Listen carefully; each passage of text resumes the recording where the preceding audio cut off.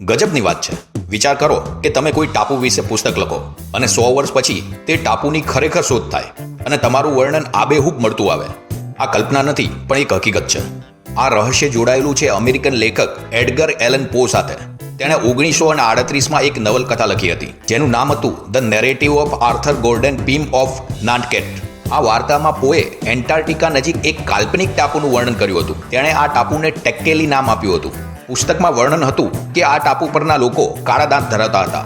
આ ટાપુની આસપાસનું પાણી સફેદ અને દૂધિયા કલરનું હતું. પરંતુ આશ્ચર્યજનક સંયોગ એ હતો કે પોના મૃત્યુ પછી લગભગ 100 વર્ષ પછી એટલે કે 1904માં ધ્રુવીય સંશોધક કેપ્ટન વિલિયમ કોર્નરે એન્ટાર્કટિકાના અજાણ્યા પ્રદેશમાં એક ટાપુની શોધ કરી. રહસ્યમય વાત એ હતી કે ત્યાંના લોકોના દાંત કાળા હતા અને તેની આજુબાજુના સમુદ્રનું પાણી દૂધિયા અથવા સફેદ રંગનું હતું. એડગર એલન પોએ આ અકલ્પનીય વિગતો કેવી રીતે આપી તે આજે પણ એક વણ ઉકેલ્યું રહસ્ય બની ગયું છે.